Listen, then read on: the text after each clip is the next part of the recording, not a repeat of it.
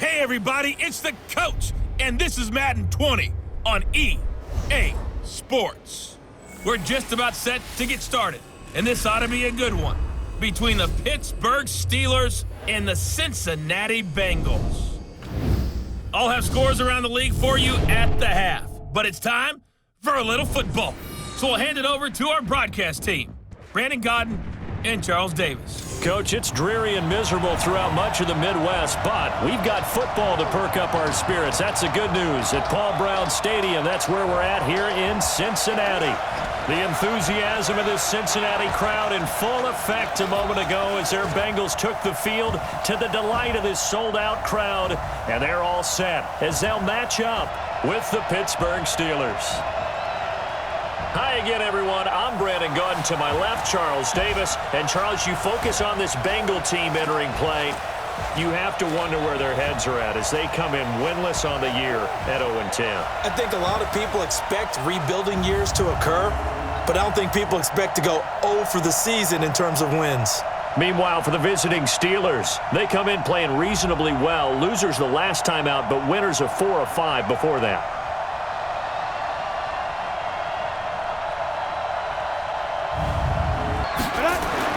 Rudolph on first down. That ball caught by the former Toledo Rocket, Deontay Johnson. The Steelers picking up 15 yards there and a first down. The coaching staff really gets on them, and that's how they motivate them. Most of these guys are self-motivated. They have a lot of pride in their performance. Mantra of every organization. The key is having guys on the roster who are capable of filling in and playing it out. Great defense. Darn right. They did something to disrupt that timing. He's going to launch. This is caught inside the 15. And into the end zone. Touchdown, Pittsburgh. James Washington, his second touchdown on the season. And they are able to strike first here on their opening drive. A nice throw there by the second-year quarterback. And I don't believe that was the kind of play he would have made as a rookie, because usually your rookie season is in a continuation of your... In here to disrupt this third down play. Here's Rudolph. Oh, he's going to go for it all. Got his man. It's caught for a Steelers touchdown. James Washington, his second touchdown of the game, his third on the year. And the Steelers, they broaden their lead. Still first quarter, 2 receiving touchdowns for him. How are they going to slow him down? I think they're thinking about altering their game plan. Whatever they came in with, now maybe you switch a better cover guy to him. Or you make sure you have more people in his general... It's 1st and 10 inside the red zone. Here's a pass swung out left to his running back. And he's in. Touchdown, Steelers. Jalen Samuels, his third touchdown now on the year. And the Steelers, they broaden their lead. What a great drive that was. A long drive, sustained, well executed. I love what we're seeing out of him here in year 2, right? This young quarterback continues to evolve and grow. More, though. And they've got the ball in the red zone. Rudolph now to throw. And he's going to go down. He's sacked back at the 24. They just gave up a sack there, and if I'm not mistaken, they gave up 4 last week, didn't they? Yes. And just looking really porous, aren't they? They really are, and I'm wondering if they're going to have to start thinking about keeping the tight end in, maybe a back, someone to help assist, because right now, their quarterback's been getting hit a lot in the last couple of games.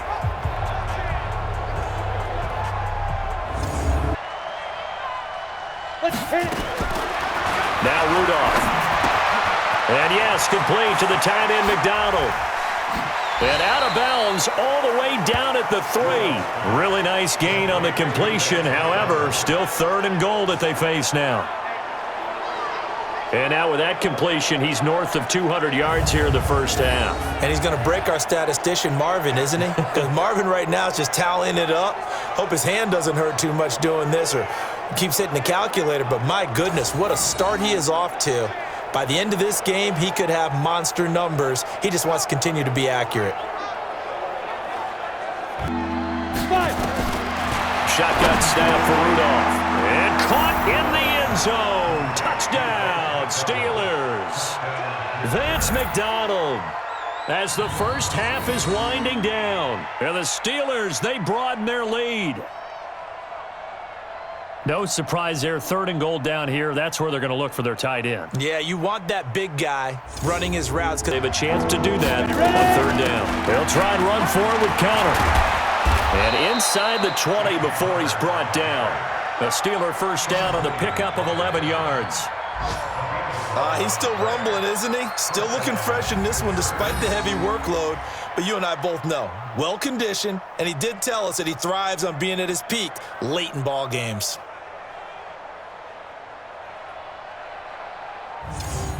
Figure they're just looking to burn these final 2 minutes away and get out of here with a victory. And able to get him down, but he does reach the 5. 11 yards there, just like last play.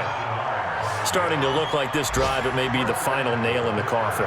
Well, this is why you work out so hard, right? This is why you spend all that time in the offseason. This is why you have those OTAs and mini camps. For these sacks that made it happen, to put a foot in the ground and just go. That didn't happen there. That play got swallowed up. And he's right around 4 on the carry. We'll see if they want to keep pounding here on 3rd and goal.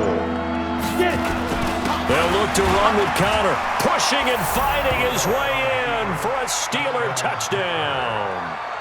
James Conner with touchdown number 7 on the year. And the Steelers, they broaden their lead.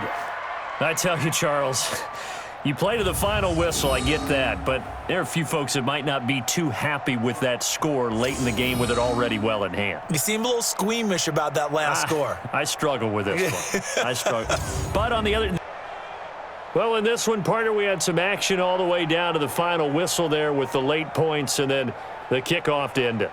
Yeah, and the best part about it is just seeing how teams battled all the way to the end, you know. Didn't really matter. Scoreboard was pretty well set, but they still competed until the final whistle. So for the Steelers, they move back over 500 now at 6-5, and they will head back home next week. Meanwhile, for Cincinnati, the losses continue to mount as they drop to 0-11 on the year, and they'll get a chance to redeem themselves at home next week. That'll do it for us. I'm Brandon Gaudin alongside Charles Davis. Thanks to our entire crew as well. We'll talk to you next time. So long, everybody.